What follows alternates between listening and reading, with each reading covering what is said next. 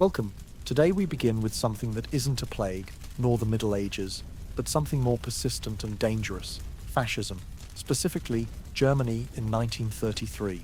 You've just opened your eyes after a strange sleep and realize you're lying on a creaky wooden bed in a small apartment in Berlin, less than a 10-minute walk from Friedrichstrasse station. No smartphone, no coffee maker, no soundproof windows, just dim light filtering through old brown curtains and a gnawing unease in your stomach. You don't yet remember who you are until your eyes fall on the newspaper by the bedside. Welkischer Beobachter, the latest issue. The bold headline: Adolf Hitler appointed Chancellor of Germany, and below it, a photo of him taking up half the front page, arm raised, eyes gazing, as if ready to swallow Europe whole. Cold coffee, a sky grey as ash, and you, a harmless, well-mannered, tax-paying Jew, who even went to school with a police officer, suddenly become the problem. The good news? You're still alive. The bad news? Your new government has just decided your existence is a thorn in Germany's side. Your apartment looks the same as always, but something has shifted in the air. Not dust, you're used to Berlin's dust, but a feeling that every wall is whispering about you. You look out to the balcony. The neighbor across the street, who used to invite you for tea twice a week, now stares at you like you're a rat in a glass cage. You wave. She shuts the door. You don't know whether to feel hurt, confused, or scared. More accurately, you feel all of them at once. You get dressed: white shirt, grey trousers, slightly worn wool coat, but decent. You're still a German citizen, aren't you? Still entitled to go to work, to the market, to walk your dog named Max. Still entitled to exist. You head out. The cold air cuts at your throat. The familiar bakery is open, but something's off. The owner, Franz, won't look at you anymore. He's wiping the counter, pretending not to see you. When you step inside, the bell rings its usual ting. No one greets you. You stand there for a moment, then pull out your wallet. Franz finally looks at you. His eyes aren't angry, not hateful, just empty. "I think you should buy somewhere else," he says, avoiding your gaze. "We don't serve your kind anymore." And so your breakfast vanishes, along with 12 years of trust in society. You try a cafe, rejected. You head to the bookstore, where you once bought Rilke's poetry, only to see a sign on the door: Jews not allowed. A tiny handwritten sign, taped with brown tape, as if laws could be issued with a pencil. You feel like the entire city was reprogrammed overnight, and you didn't get the software update. You return to the square near your home. A group of students is chanting slogans. Nazi flags wave. Someone laughs about Germany's new day. A child gives a Hitler salute. You think of piano lessons, theater nights at the Deutsches Theater, German songs you once knew by heart. Then you think of your surname, Goldberg, and you understand today is the first in a series of days where you must learn to survive as someone erased from the system. You're no longer a doctor, tailor, or teacher. You're a Jew. And here, now that's enough to get you excluded. The question isn't what did you do, but what group are you in? You return home, sit in your chair. Your dog Max rests his head on your lap, oblivious to politics. You stroke his back, silently thinking, maybe things will be okay. But then you hear the radio blaring from the neighbor's apartment. Hitler's voice, loud, fierce, applauded by their entire family. And you know, okay, is something you're no longer allowed to have. Welcome to Germany, 1933. This is the first day of the social reorganization program. And the very bad news is, you are the system's error. Before diving deeper into the story, don't forget to subscribe to the channel and hit the notification bell to stay updated with the latest stories.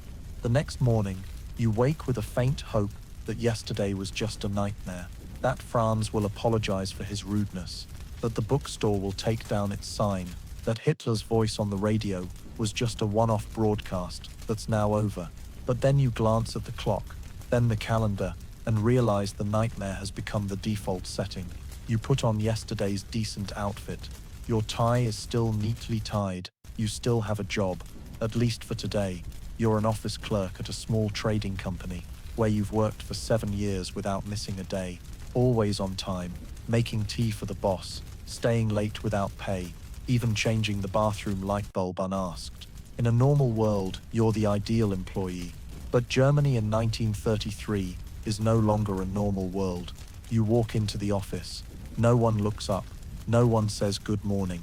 You hear the steady clack of typewriters, phones being hung up, murmurs from the next desk. Then a door opens. The manager, Becker, appears with a folder in hand and a face so awkward it's almost blank. He motions you over. You sit across from him. Everything in the room feels prearranged. Your file, your pay envelope, and a sheet of paper with a bright red stamp like fresh blood. "I'm very sorry," Becker says, avoiding your eyes. "The company has to terminate your contract. Per administrative directive." You ask, "What directive?" He's silent. Then, like a machine, the directive to remove non-Aryan elements from public agencies and German-funded businesses. You're stunned. "I'm an accountant," you say. "How am I un-German?" He doesn't answer. He slides the pay envelope toward you like you're contagious. You leave early that day. On the way, you see your friend's Jewish pharmacy, sealed shut, a dangling wooden sign, closed for health security reasons. The jewelry store where you bought your wedding ring is now draped in red flags with swastikas. And you know, this isn't just your story. It's a campaign, a targeted, efficient campaign that needs no justification. Back home, you open the cupboard and take out your university degree, the one you proudly hung on the wall. You stare at it like it's an artifact from a parallel world. You graduated top of your class, spoke at industry conferences, believed merit overcomes prejudice. You were so naive. That evening, you try to find a new job. You open the newspaper. The hiring section now has a small line at the top, Aryans only. You call a familiar company. The voice on the phone is curt. "We don't want trouble. Not we don't need staff. Not you're not qualified. Sate. But we're afraid of the government." The whole city is starting to fear, and everyone fears the same thing. You, Sate. You realize you've been pushed to society's edge without a single bullet. No prison, no courtroom, just 3 lines of a directive and a red stamp. You can't go to work, can't file a complaint, can't apply for reinstatement, can't ask why. You try the administrative office to confirm your citizenship. The clerk looks at you like you just asked to sell opium in the market. "You should leave," she says, "unless you want to be blacklisted." You return to your apartment, still clean, still quiet, with Max wagging his tail as you walk in. But you know, you've officially disappeared. You're no longer a contributor, no longer part of the workforce. You're a system error. The next day, you get a letter from the Writers Association where you submitted short stories. They reject your work, not for quality, but because you don't align with the national spirit. You're not sure what this new national spirit smells like, but it clearly has no room for you. A week later, your library card is cancelled. The laundromat refuses your clothes. Your Saturday chess partner is busy all month. The entire city seems to have collectively forgotten you ever existed. No one hits you. No one yells in your face. No one hangs a get out sign. But you're still pushed out, inch by inch, category by category, from the system. And by the time you realize it, you have nothing left but a loyal dog and a university degree. No one recognizes. That's when you understand you didn't need to do anything wrong to be excluded. You just needed to be yourself at the wrong time, in the wrong country, under a regime that believes you're a mistake to be erased. From here, your life is no longer about living well, but merely surviving. If you're lucky, you start noticing the silence, not the pleasant kind when reading a book or listening to classical music. This is a thick, heavy, almost tangible silence that follows you everywhere. When you leave the house, your footsteps echo louder than usual because no one greets you anymore. The flower seller at the corner, who used to offer you carnations, now turns away. The old woman downstairs, who borrowed your kettle 4 times last year, pretends not to see you in the elevator. You say good morning, but no one responds. You see their backs, their shoulders, their necks, every part of their body except their eyes. It's as if you carry an invisible toxic cloud, and one whiff could instantly implicate them. The feeling of abandonment doesn't come from outright rejection, but from averted glances and half-finished sentences. You start to wonder, are you imagining things? Are people just busy? But then you remember, before they weren't busy when you showed up. They invited you to dinner, sent Christmas cards, asked you to picnics. Now, you're a ghost in broad daylight. You see windows quietly shut as you pass, curtains slightly parted, then dropped like a reflex. You hear whispers behind thin walls, but no one knocks on your door anymore. Everything remains in place: the building, the grocery store, the post office, the park. But the air feels like someone smeared grease over every relationship, making them slippery, cold, greasy, and impossible to grasp. You start fearing kindness itself, because if someone is still kind to you, they might get in trouble, and you don't want anyone in trouble because of you, especially when trouble now means being summoned by the Gestapo, being watched, losing a job, or being blacklisted. The blacklist, a concept you thought existed only in noir films, is now real, typed out, stored in the drawer of a chain-smoking man who's very good at writing reports about loyalty to the regime. You realize loyalty is no longer measured by how much you love your country, but by how much you hate those you're told to hate. And Jews, like you, are the perfect practice target. You hear that the Weiss family upstairs was reported for suspicious behavior. They were searched at 3 a.m., dragged away in the night, like common thieves. A few weeks later, new tenants move into their apartment. No one asks questions. No one wonders where they went. Their story ends in a void, like every Jewish story here is starting to end. You begin noticing those who are quieter than usual. The plumber speaks less when he enters your home. He avoids touching anything you've touched. When he's done, he scribbles the bill quickly and vanishes, as if afraid of contamination. One night, you hear loud banging from the next building, shouts of "Open the door, police," and your heart stops for 3 seconds. Not because you did anything wrong, but because you know you don't need to do anything wrong to be labeled a saboteur. You start censoring yourself, talking less, writing nothing down, inviting no one over, sharing nothing over the phone. You suspect your answering machine. You suspect the smell of cigarette smoke outside your window. Maybe a neighbor, maybe a plainclothes agent with a notebook in his pocket. You recall a rumor: the Gestapo sometimes hires children as informants, kids taught to eavesdrop for candy. One day, while shaving, you hear the doorbell. Your heart clenches. You're expecting no one. You turn off the bathroom light, walk to the door, quietly, slowly, not breathing. Through the peephole, you see a man in a grey suit with a leather briefcase. No clear face, no clear identity. He stands there for a moment, then leaves.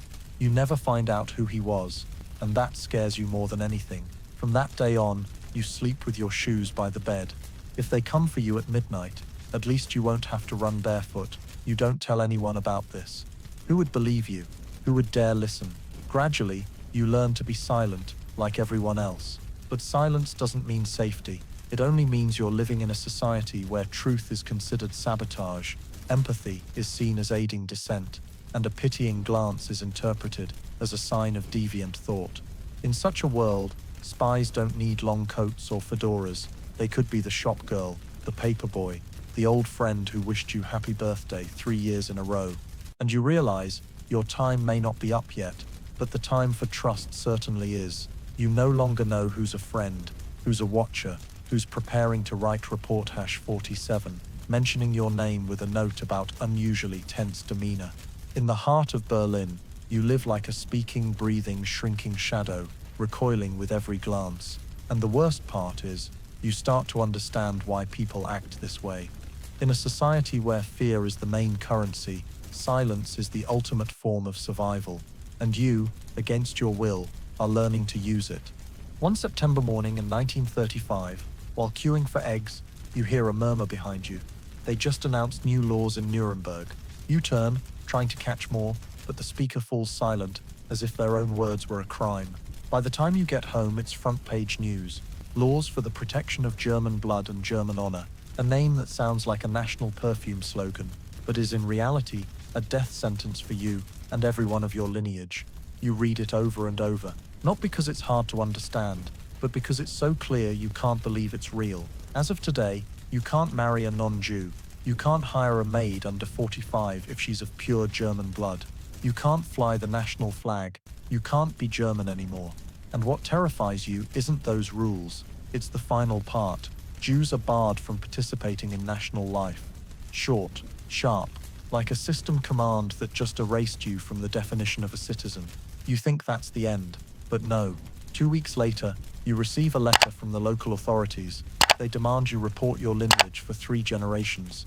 Not medical history, not records, but the names, occupations, races, and religions of your parents, grandparents, and if applicable, great-grandparents.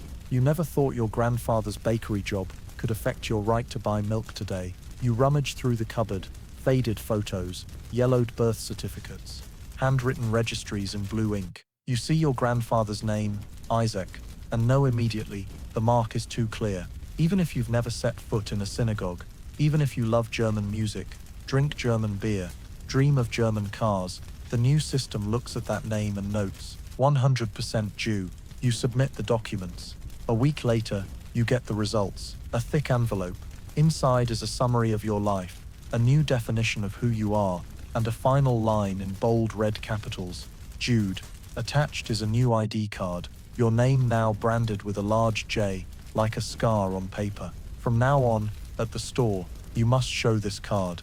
On Jewish ration days, you're allowed 2 small potatoes and a piece of black bread harder than stone. On other days, you're turned away, or worse, arrested for violating national food distribution protocols. You thought shops would resist. They don't. They hang new signs outside. Jewish access, Wednesdays and Saturdays, 4 to 5 p.m. 1 hour to jostle with hundreds of others for spoiled scraps. And if you dare complain, simple, they cross your name off the ration list. You're no longer allowed to breed dogs, play music at night, or enter public libraries. Even buying a train ticket requires proof of racial origin. Once, you try to visit your sister in another city.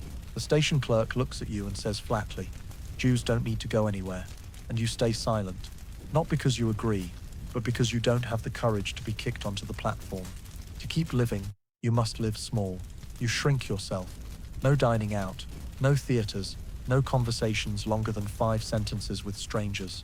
Every grocery trip requires a stack of documents, as if you're applying for Martian citizenship, birth certificate, ancestral records, Jude card, ration vouchers.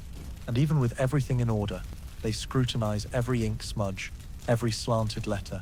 You start hearing the term non-pure breeding on the radio, from people calling it a problem to be decisively resolved. You don't know who's writing these terms, but you know they don't see you as human. One day, you see a new poster outside the post office, German bloodline chart, with 3 circles categorizing pure German, half-breed, and you. At the bottom, in italics, Jews unsuitable for civilized community. No aesthetics needed to grasp the intent. No imagination needed to see the future. You once thought racial discrimination was just sloganeering. Now you see it formalized in charts, quotas, color codes, and metrics. Like you're an item in a warehouse, being checked for whether you should be labeled processed or discarded. You're no longer a person with emotions, flaws, dreams. You're a percentage in a formula. A line item #17 in a spreadsheet. The reason others claim they're protecting national purity. And you, who never insulted anyone, never did wrong, never betrayed your country, become a biological threat. You realize in this regime, your existence is evidence of a crime. The only proof of innocence is not being you. You look at the pile of ancestral documents in your hand and think, if you need your grandparents' graves to buy bread, this is no longer a society. It's an experiment, and you are the specimen. You never forget the look in your son's eyes that morning. The look you'd seen hundreds of times after school, when he'd talk about acing a math test or playing soccer in the schoolyard. But this time, something was different. Not because he was sad, but because he didn't understand. The 10-year-old, still clutching his school bag, stood at the door and said something that made your heart drop.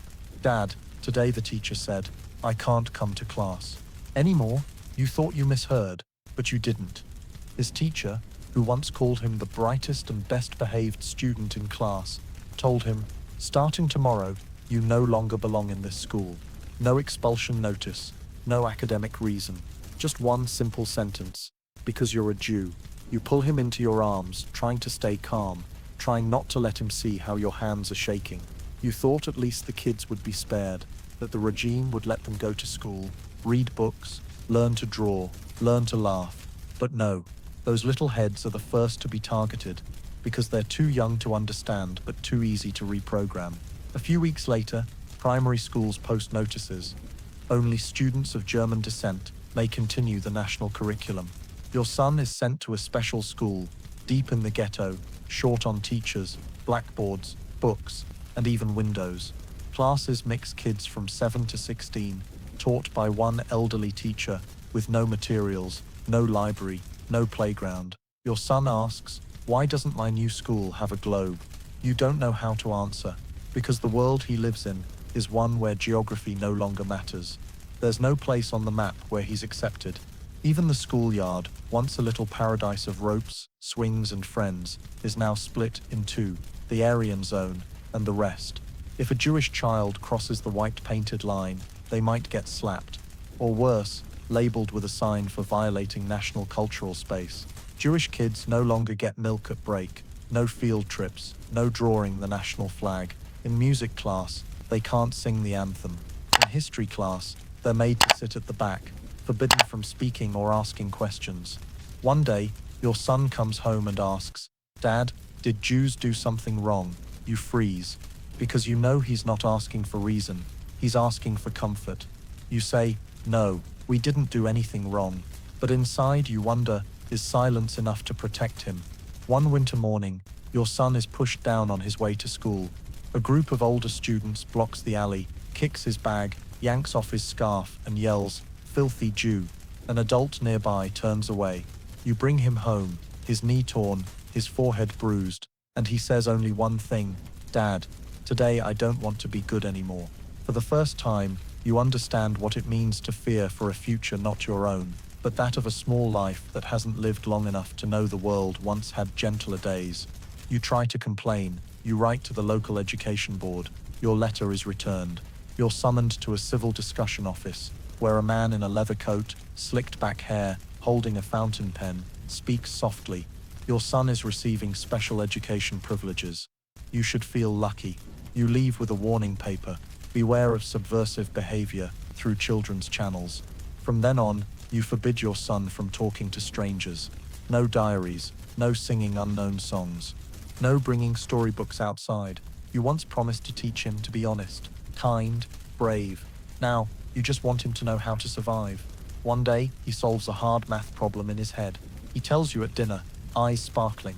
You smile, but inside, you worry, what if he shows off in class?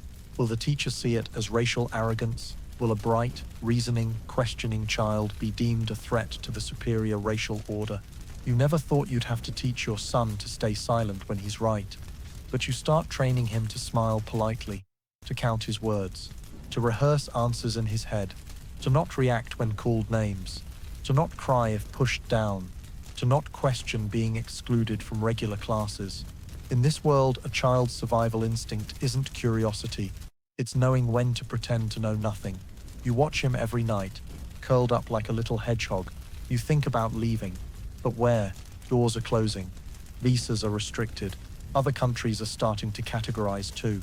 And so you lie there, listening to his steady breathing, thinking about a future where he might not go to university, practice a trade, or have a family, just because he's too good at learning in a society that prefers directed ignorance. And you think in this era, being a Jew is dangerous. But being a smart Jew is a crime that could force a child to bow his head for the rest of his life. You receive official notice one October morning. Your family must relocate to a new residential area, or, as they call it with cold rationality, the ghetto. The reason? Urban space reorganization for special population management. You fold the paper, tuck it into your coat, and look around the apartment you've lived in for 10 years, with family photos still on the walls, a tiny cactus still surviving on the windowsill, and your dog Max curled under the chair, none of which you can take. Only one suitcase of clothes, a thin blanket, Idaho papers, and enough dry food for 3 days. You try to ask why, but the policeman at the door just shrugs, orders from above, and so you move, not because you want to, but because the entire social system has concluded your existence is out of place. The ghetto is at the city's edge, surrounded by barbed wire and guards. Once a modest trading district, it's now sealed off, cut from transport, with one main gate, guarded, with rifles and suspicious eyes. Your new home is an attic room the size of your old bathroom. No electricity, no hot water, no proper windows. Your family, 4 people, shares it with 2 others. 4 square meters per person is the reasonable standard set by the occupying authorities. Within 3 days you learn to sleep without moving, to share a slice of bread like it's a religious ritual, to make a heater from 2 bricks, and a near-depleted will to survive. Near the ghettos, entrance is a registration post. There, you're ordered to sew a yellow star on your coat, not more than 2 centimeters off center, not misshapen, not flammable, and never covered by a jacket.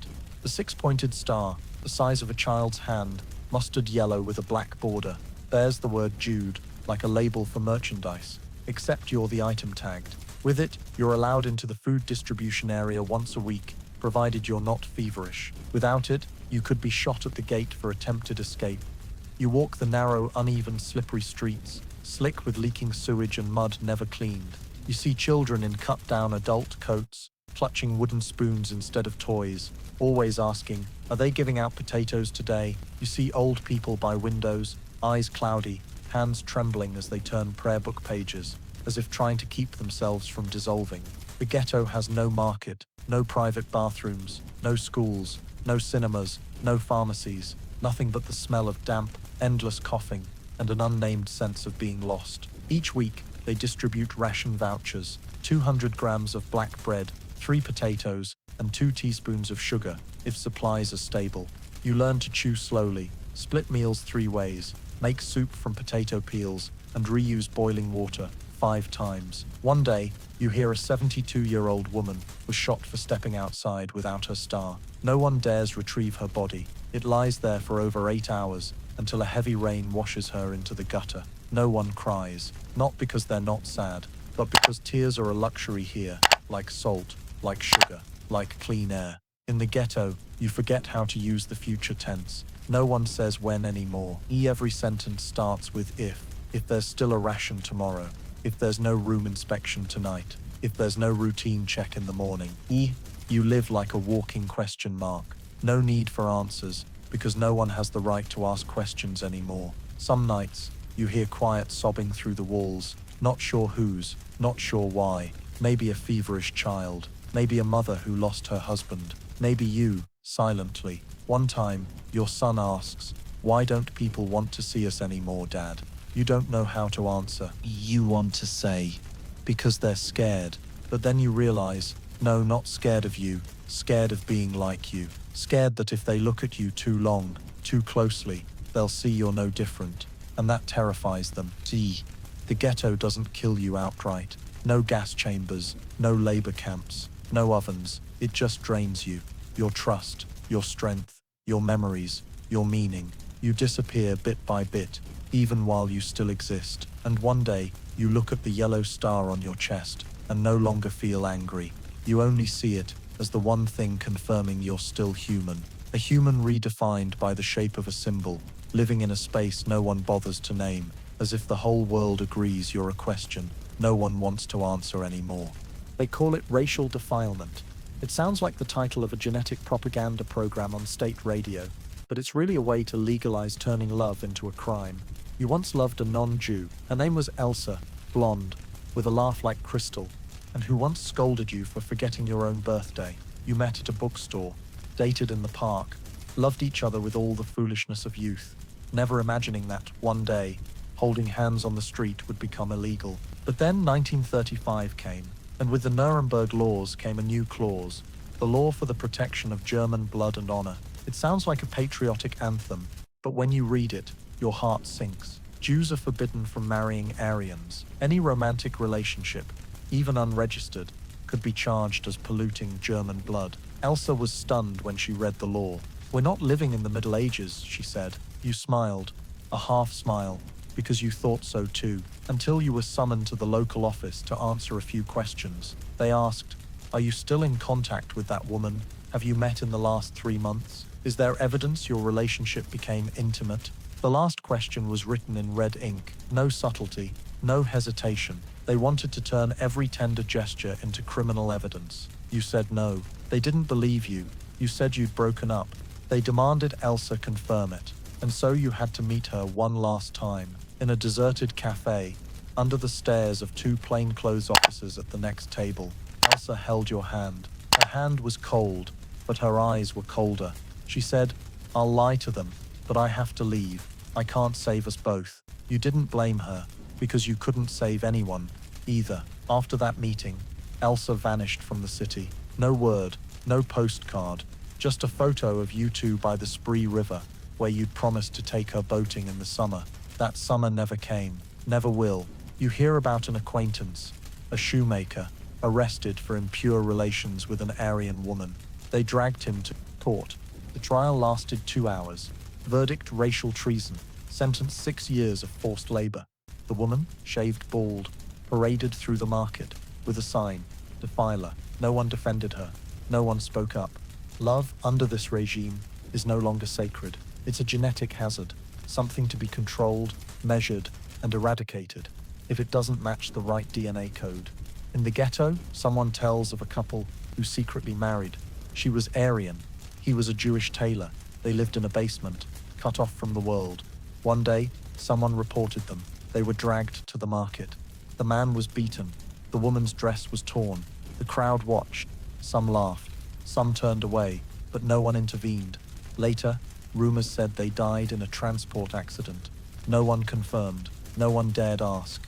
The regime distributed flyers warning, affection between Jews and Germans is a sign of national moral decay, and so every loving glance, every handwritten letter, every Valentine's wish became a clandestine act.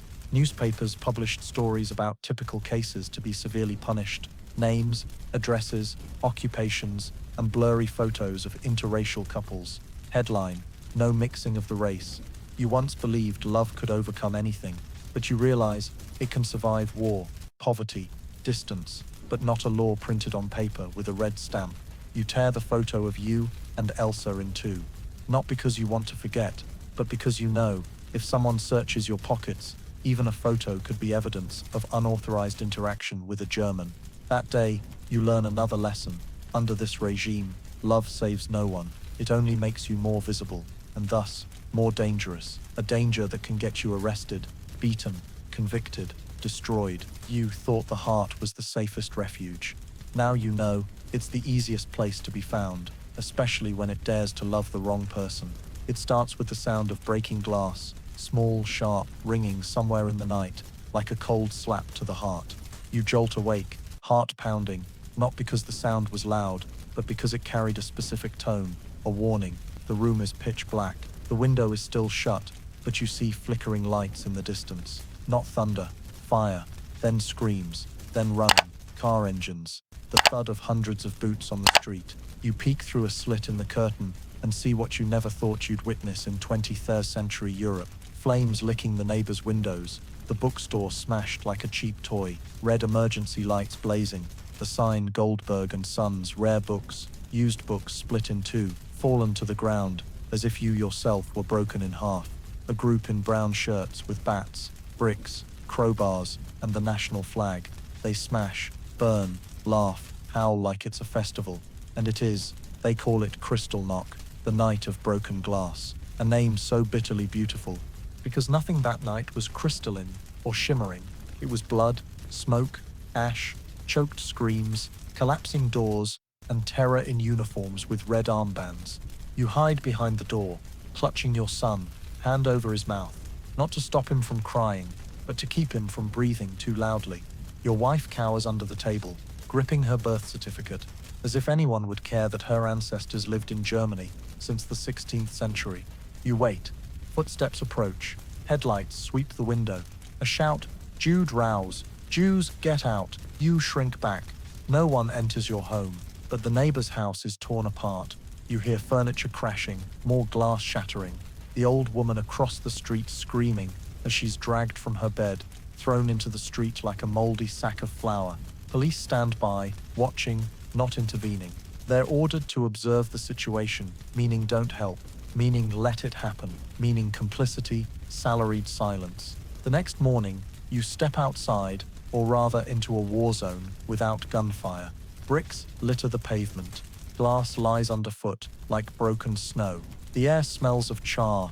Jewish shops are in ruins. The shoe store, the pharmacy, the jeweler, the cafe, the bookstore, everything you once called life. Someone sits slumped in front of their burned-out shop, still holding the key, a key that now opens only a blackened void. You go to the synagogue on Rosenstrasse, where you had your bar mitzvah at 13. It's now rubble and cold ash.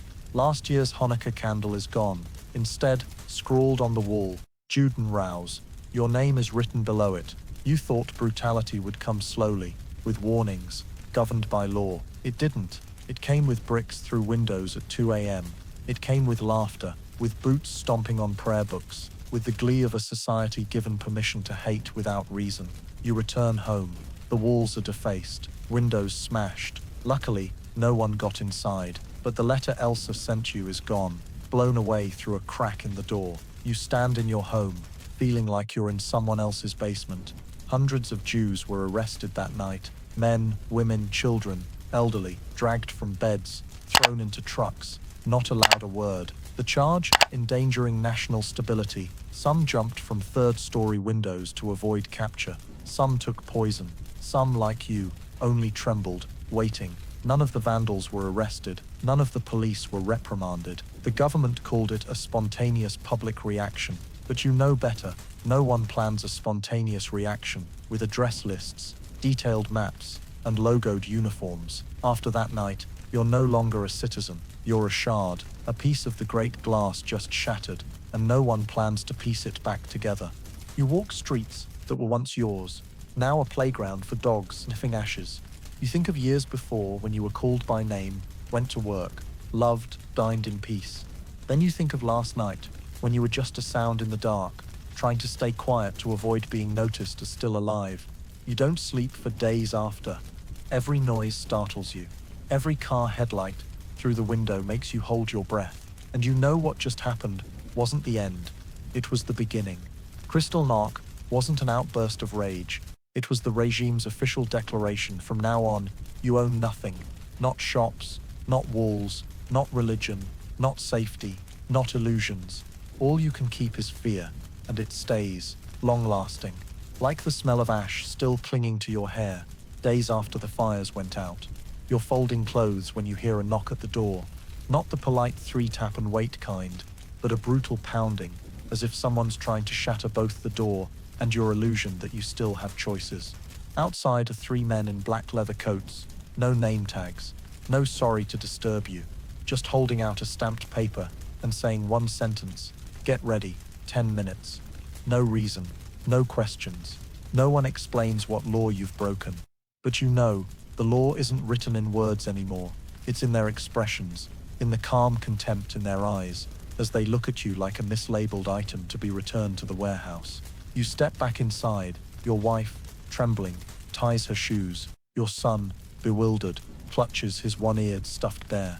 You want to scream, to resist, to demand justice, but you know that right now, resistance means getting your bones broken in front of your child. You have exactly 10 minutes. No more. You grab a clean set of clothes, a scarf, 2 slices of dry bread, a passport smeared with red ink, and a residence card stamped with a giant yellow star. You open a drawer, glance at old letters, your wedding photo, birth certificates, then shut it. No time, no need.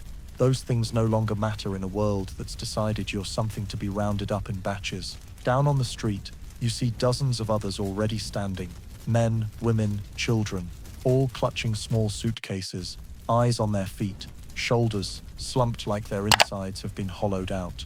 A truck waits in the middle of the street, large, grey, no license plate, no windows, just an open rear door, its interior dark, like the mouth of a wild beast. No one asks where you're going, because everyone knows, no one comes back. An SS officer stands there, holding a list. He reads your name, not missing a syllable. You raise your hand to confirm, as if you're collecting a pension. He nods, motions, get in. No one cries, no one screams. The only sound is the heavy tread of feet on the metal floor. Inside, it's packed. No seats, no seat belts, no windows, just a small air vent above, enough to know you're still breathing. and for the wind to whistle in like the moans of those who went before. When the truck's door slams shut, the outside world vanishes, along with light, familiarity, and the sense that you were once part of something bigger than yourself. You hold your son close. He whispers, "Where are we going, Dad?" You don't know. No one says. No one needs to. Because the unsaid is the most terrifying threat of all. The truck starts moving. You don't know how long you've been sitting. An hour, 2 days, a lifetime. Time melts in the darkness like the sweat on your neck, mixing with the smell of bodies, moldy food, and despair. Someone faints. Someone sobs quietly. A child, feverish, trembles in their mother's arms as she tries to keep her voice steady. But everyone stays silent because you don't want them to hear your voice. The voice of a person, a living voice. A voice that still thinks it's someone. You wonder, is this a labor camp, a holding facility, but you stop asking, because questions are a privilege, and you're now just a number on a list someone will read, check, and forget if you die en route. You huddle, head resting on your suitcase, still gripping your son. Each jolt bangs your head against the truck's wall. No one apologizes. No one checks on you. You think of your old home, where you taught your son to write the letter A with a red pencil, where you baked plum cake in the summer, where you believed the law would protect you. Then you think of the neighbor's silence as the truck pulled up. No one came out to look. No one said goodbye. No one dared show they ever knew you. The truck stops. The door opens. Blinding light makes your eyes water. A voice yells, "Get out fast." Nothing but papers.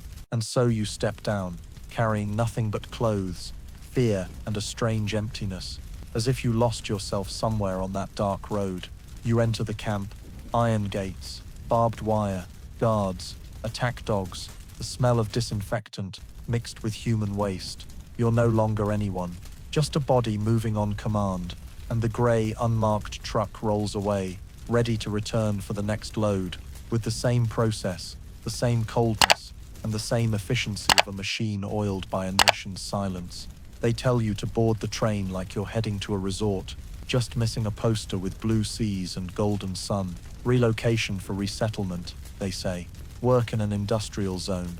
It sounds professional, organized, even comes with a stamped signed travel pass. But one look at the train car tells you it's all a sophisticated lie, wrapped in bureaucratic language. It's not a passenger train, no seats, no windows, no cushioned backs or dining car. It's a cattle car, the wooden floor reeking of dried manure, the door locked from the outside with an iron bolt, only 2 small holes high up for air, or for despair to escape, if you could turn into smoke. They cram you in with 100 others. No distinction for age, illness, or ability to stand. Just fit. Fit in the eyes of someone calculating body mass, like stacking potato sacks. You're pressed in the middle, your son squeezed between your arms, your wife unsteady, clutching a bag of dry rations, with both hands like a lifeline that won't float for long. The door slams shut with a dry thud, then the lock. Darkness swallows everything. No one speaks. You hear labored breaths, someone muttering prayers, bones rubbing together from lack of space. The train starts moving, lurching like a blind beast in the night, taking you somewhere you don't know. No one knows. Time becomes meaningless in that thick darkness. No light, no clocks, no day or night, just stifling heat from packed bodies, the smell of urine spreading from a corner, the fading groans of the exhausted. You have no water, no bathroom. When someone can't hold it anymore, they go right there, not because they lack dignity, but because they lack choice. Each time the train stops, no one dares speak. It might be to load more people, or for inspection, or to change direction, but never to open the door. Each time it moves again, you sigh in relief, but also fear. It means the journey isn't over. You divide the rock-hard bread into 3 parts. Morning, noon, night, if time even exists. Your son can't eat. He's tired, eyes dull, mouth dry. You chew a piece, soften it in your mouth, and feed it to him. He doesn't resist. He doesn't look at you. He stopped asking, "Where are we going, Dad?" Hours ago, someone collapses. People shift aside, not out of disdain, but because no one wants to step on someone dying. You no longer know where you are. how far you've gone. Outside, if you strain to peek through a sliver of light, are fields, abandoned factories, dense forests, passing like shredded memories.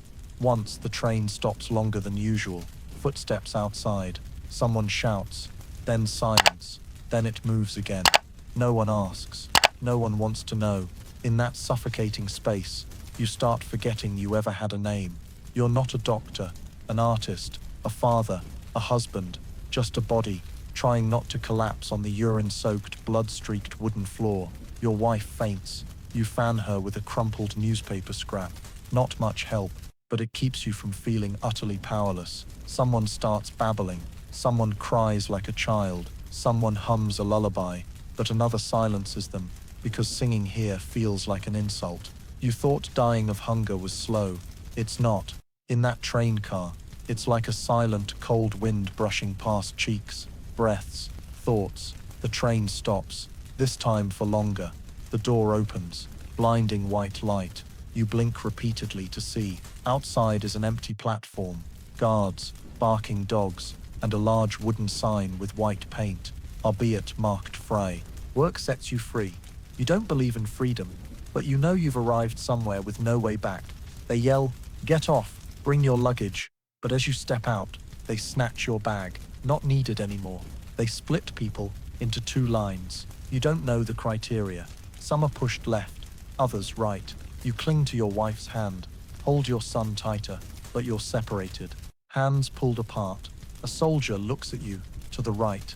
You don't know what that means. You only know it's not your choice. And you walk, carrying the days of 3 days in darkness, of a train with no return ticket, no bathroom, no purpose, and likely no way out. You step through the black iron gate with its cold, curved letters, albeit marked frei. Work sets you free. 6 words you'll never forget, not for their meaning, but for their brazenness.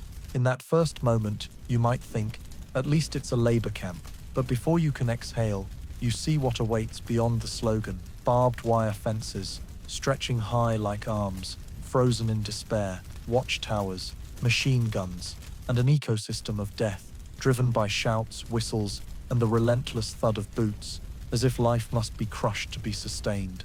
Upon arrival, there's no rest, no check-in, no water, no instructions. It begins with a piercing yell. Strip, line up, no talking.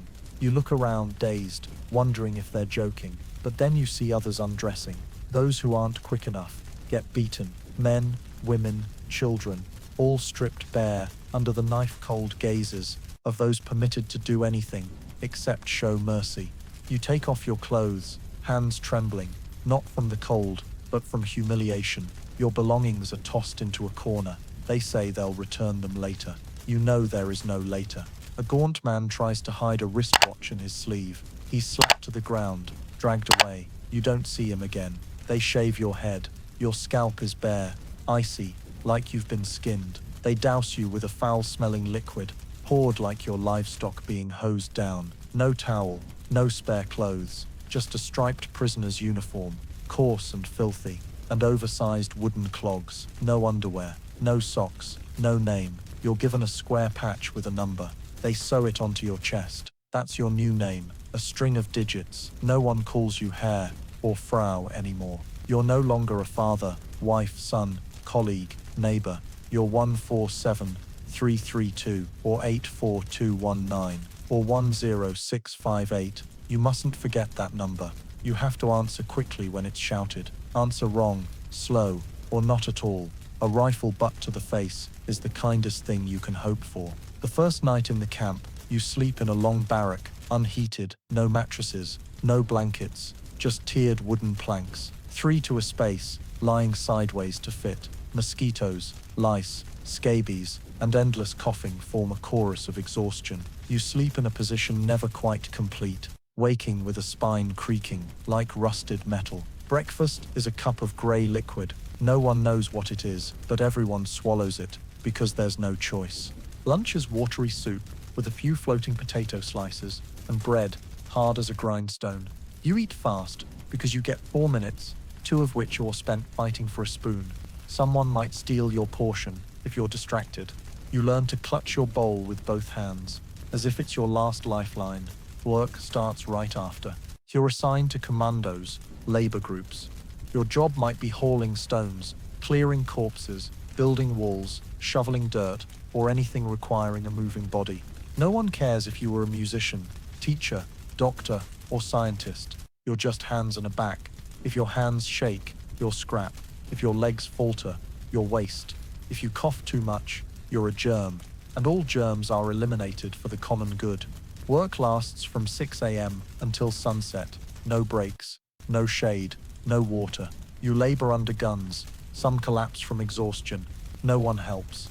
If you stop, you're beaten. If you bend to help someone who fell, you're shot. So you keep your head down, work, don't look, don't think. At night, you're herded back to the barrack. Same watery soup, same bread, same shared bunk, same moans. Someone dies in the night. In the morning, guards drag the body out. No one asks the dead person's name. No one records it. They're processed. Days later, you notice new arrivals. Faces still full of fear. Hands still clutching personal documents. You look at them, as if seeing yourself a week ago, and wonder how you're still alive. Then you realize, living here isn't the goal. It's just a temporary state, before you're sorted into another line. The camp has music, loudspeakers, trumpets blaring every morning. It sounds like a school, but you know, this isn't a place to learn anything, except how to die slowly, while acting alive. Work sets you free. That slogan is now the cruelest joke you've ever heard. Because work here doesn't free anyone, it just exhausts you faster. And when you collapse, they replace you with someone new, like swapping a worn grindstone in a factory. You're a tool, a part in a death assembly line, fueled by prejudice, lubricated by fear, and upgraded by the silence of the world outside. And at night, lying sideways on the wooden plank, clutching your empty stomach, your bald head resting on a stranger's shoulder, you recall the 6 words at the gate and wonder if you're trying to survive or just haven't died fast enough. You wake before dawn, no alarm needed, no one calling, because the whistle pierces your brain like a drill. You crawl from the concrete hard wooden plank, groping for your clogs, tied with a torn strip of cloth to keep them from being stolen in the night. The person next to you isn't moving. You're not sure if they're asleep, unconscious, or dead. You glance down, no breath, no blinking. You quietly place a hand on their chest, not out of care, but because if they're dead, you'll have more space to lie tonight. Then you go to the roll call yard. Rain, because rainwater might wash away sweat and tears.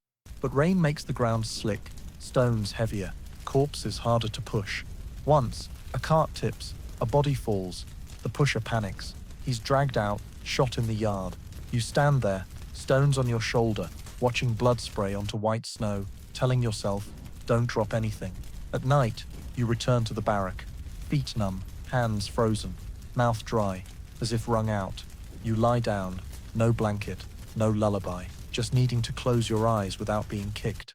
Someone whispers, "You alive today?" You nod, no smile, no tears, no victory, just a small mark scratched onto the wall of a life subtracted hourly, and tomorrow you'll carry stones again, if you're lucky. If it's not yet your turn to be the one carried away. It happens so fast you can't process it. Just a nod, a hand gesture, a simple point to the left or right. You stand in the roll call yard, in a line of nearly 100, hands freezing, head buzzing from hunger, fear tightening your throat. The officer in a black leather coat walks along the line like he's picking spices for dinner, eyes scanning each face, each body, each pair of legs that can still run or can't. Beside him is a doctor, not one who heals, but one who decides who's fit to keep living. The first person ahead of you is pointed to the right, keep working. The second, scrawny and coughing, is pointed left. 2 guards take him away immediately. No explanation, no questions. You see the man glance back, eyes asking, "What did I do wrong?" But you know he did nothing. He just didn't meet the standard. Then it's your turn. 3 steps. Your heart pounds wildly. You breathe fast. You try to stand tall. You square your shoulders, lift your chin, flex your arms, as if your survival depends on acting as healthy as possible. The officer looks at you. 1 second, 2 seconds. His eyes don't meet yours. They cut through you like you're a ghost. He jerks his head to the right. You step forward. Your hands are drenched in sweat. You don't know if it's luck or just a sentence delayed a few days. Behind you, someone cries out as they're pushed left. A young woman. She resists, saying, "I'm still strong. I can work." They beat her down, then drag her away. No one helps. No one's allowed to. You turn, catching her eyes for a moment, wide open. No tears, just a lingering question. And you know there is no why here. Once you overhear two guards joking about the selection. "Today I picked 50 left, 50 right. Balanced, huh? Balanced. Like they're playing cards. Like people are game pieces. And you're someone trying to slip through the line between life and death. By not standing out. Not too thin. Not too fat. Not sick. Not trembling. Not looking into their eyes too long. You once thought survival depended on effort, intelligence, morality. Here, it depends on how you stand, on how you balance while awaiting judgment. Rain? Because rainwater might wash away sweat and tears. But rain makes the ground slick, stones heavier, corpses harder to push. Once, a cart tips, a body falls. The pusher panics. He's dragged out, shot in the yard. You stand there, stones on your shoulder, watching blood spray onto white snow, telling yourself, don't drop anything. At night, you return to the barrack. Feet numb, hands frozen, mouth dry, as if wrung out. You lie down, no blanket, no lullaby, just needing to close your eyes without being kicked. Someone whispers, "You alive today?" You nod, no smile, no tears, no victory. Just a small mark scratched onto the wall of a life subtracted hourly. And tomorrow you'll carry stones again. If you're lucky. If it's not yet your turn to be the one carried away. It happens so fast you can't process it. Just a nod, a hand gesture, a simple point to the left or right. You stand in the roll call yard, in a line of nearly 100, hands freezing, head buzzing from hunger, fear tightening your throat. The officer in a black leather coat walks along the line like he's picking spices for dinner, eyes scanning each face, each body, each pair of legs that can still run or can't. Beside him is a doctor, not one who heals, but one who decides who's fit to keep living. The first person ahead of you is pointed to the right, keep working. The second, scrawny and coughing, is pointed left. Two guards take him away immediately. No explanation, no questions. You see the man glance back, eyes asking, "What did I do wrong?" But you know he did nothing. He just didn't meet the standard. Then it's your turn. 3 steps. Your heart pounds wildly. You breathe fast. You try to stand tall. You square your shoulders, lift your chin, flex your arms, as if your survival depends on acting as healthy as possible. The officer looks at you. 1 second, 2 seconds. His eyes don't meet yours. They cut through you like you're a ghost. He jerks his head to the right. You step forward. Your hands are drenched in sweat. You don't know if it's luck or just a sentence delayed a few days. Behind you, someone cries out as they're pushed left. A young woman. She resists, saying, "I'm still strong. I can work." They beat her down, then drag her away. No one helps. No one's allowed to. You turn, catching her eyes for a moment, wide open. No tears, just a lingering question. And you know there is no why here. Once you overhear two guards joking about the selection. "Today I picked 50 left, 50 right. Balanced, huh? Balanced. Like they're playing cards. Like people are game pieces. And you're someone trying to slip through the line between life and death. By not standing out. Not too thin. Not too fat. Not sick. Not trembling. Not looking into their eyes too long. You once thought survival depended on effort, intelligence, morality. Here, it depends on how you stand, on how you balance while awaiting judgment. On 3 seconds. Hey, once. You see a boy pointed to the wrong side, about 14, tall enough, but limping from an injury. The officer points him right. Another guard corrects. He's lame. The officer changes his mind. Points left. The boy, not yet grasping what's happening, is dragged off. You stand there, heart like ice, realizing, even if you're chosen to live, no one guarantees it's permanent. One wrong cough, one misstep, one tired glance, you'll be pushed left. And left means trucks, means fake showers, means Zyklon B, means a door that closes and doesn't reopen, means the crematorium, means ashes drifting over the barbed wire, falling on the fields behind the camp like winter snow. After selection, you return to the barrack. No one speaks. Some lie on wooden planks, clutching the number sewn on their chest, as if reminding themselves, I'm still here. Someone whispers, I thought I'd be picked left. You say, you're fine. But both of you know tomorrow could be different. No one gets a warranty for existence, and you learn to pretend not to see, to ignore the pleas. Forget the names of those taken, not call anyone a friend, because you can't bear losing another person. In this world, affection is a luxury, and compassion is a contagious disease. You fall asleep, too exhausted to dream. Tomorrow, you'll line up again. Another 3 seconds. Another left, or right. And you think, if you keep getting picked right forever, are you still human? Or just a production unit waiting to burn out? The answer doesn't matter anymore. All you can do is stand firm, look straight, breathe evenly, and never let them see you're afraid. Because in Auschwitz, fear has a distinct smell, and the vultures always sniff it out first. You once thought death came with screams, blood, gunshots, or a knife's cut. But here, in Auschwitz, death is quieter, through a small grey-white pellet dropped from a hole in the ceiling, dissolving into a sweetish gas. No smoke, no light, no sound, just a faint, sharp smell, so subtle, like someone opened a nail polish bottle in a windowless room. That's Zyklon B, a pesticide redesigned to kill humans quickly, cleanly and efficiently, like exterminating ants in a granary. Every morning, you see groups called by name, lined up, walking to the barrack at the camp's end. What the guards call the communal showers. They joke, hot water today. The ones going are often new arrivals, not yet gaunt, not yet filthy, not yet desperate enough to guess the end. Some children skip and laugh, thinking they're getting a real bath. Some elderly shuffle along, clutching suitcases with family photos and notarized papers. None of them know that in minutes, every trace of them will vanish. You once stood 50 meters from that room, close enough to hear the door slam, the iron bolt lock, then silence. No screams, no banging, no cries for help. Just a heavy, suffocating silence. Maybe because those inside don't realize what's happening until it's too late. The Zyklon B doesn't kill instantly. Dropped from the ceiling, it meets the air, turning into a toxic gas, heavier than air, sinking, spreading through the room like a deadly mist. The tall, strong ones near the door die last. They watch those below choke, convulse, claw at the walls, then collapse, piling onto them. They try to climb, to breathe the last air. But there is no air, only poison. After 10 minutes, all sound stops. After 20, the guards open the door, wearing thick gloves and gas masks, like entering a biolab. They don't look at the tangled bodies, don't notice broken nails stuck in door cracks or blood streaks from noses. They just count 198, missing 2. Then they call in the Sonderkommando.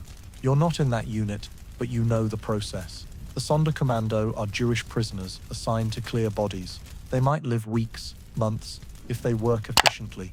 They drag out each corpse, untangle arms, break legs, pull them like sacks, not because they're callous, because they can't let emotion hinder survival. You once watched a man in that unit, about 40, eyes sunken, hands trembling, as he moved a child's body. He whispered, "This girl looks like my daughter."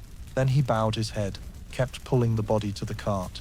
You see them pry out gold teeth, one by one, into a labeled metal box, dental Berlin. You see them cut hair from corpses, tons of human hair packed into sacks, shipped to Germany, for coat linings, chair stuffing, or warship insulation. Nothing is wasted. Hair, shoes, glasses, wedding rings, belts, buttons, even bone ash, sprinkled on paths or used as fertilizer. You don't imagine it. You witness it. You don't dream it. You stand there, hands calloused from hauling stones, eyes swollen from sleeplessness, heart so empty you no longer feel you exist. Once you hear of a Red Cross inspection, the camp is cleaned, repainted, lights turned on, flags hung, a model work session, staged. The Zyklon B room is hidden, replaced with a fake shower room, faucets unconnected. Visitors tour. They nod, they leave, they write. No evidence of mistreatment.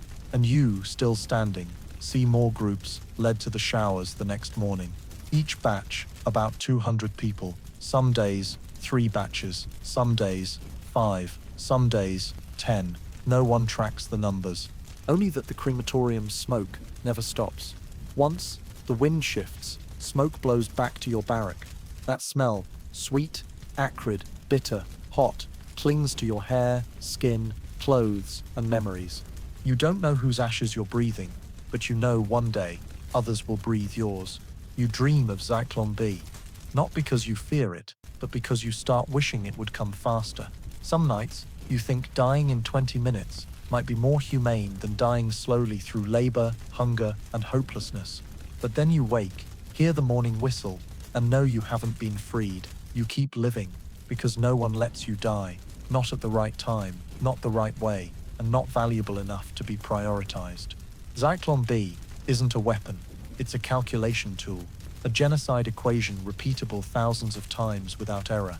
And you, just a tiny variable in the most perfectly designed machine in history, killing 200 people in 20 minutes. No guns, no knives, no resistance, and leaving nothing but ash.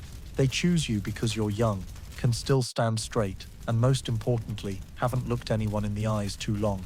They need people for the Sonderkommando, the special unit in the camp where no one volunteers, no one knows much, and no one lives long enough to tell the story. You're not asked, "What will I do?" because they don't need you to know beforehand. You just follow, get a new uniform, cleaner, with a different number, and notably, a bit more food. You think it's a reward, a break from hauling stones, until you step into the building next to the crematorium and realize your job now is to handle the dead, not a few, but hundreds, daily. Bodies from the gas chambers are pushed out in heaps, disordered, nameless, no distinction between men and women. They're piled together, tangled as if death finally brought them close. Too late. Your first task is to strip their clothes, not for burial, but for sorting. Good shirts are kept, pants with pockets are checked, shoes are collected separately. They especially like soft leather. Every pocket might hold gold, dentures, jewelry, rings, cash. Everything goes into boxes, labeled, sent to Berlin. You once removed a wedding ring from an older woman's finger, her skin still warm. You once pulled an earring from a blonde girl's ear, one side torn from someone yanking it. Each time, you bow your head, not out of respect, but because you don't want others to see your face contort with self-disgust.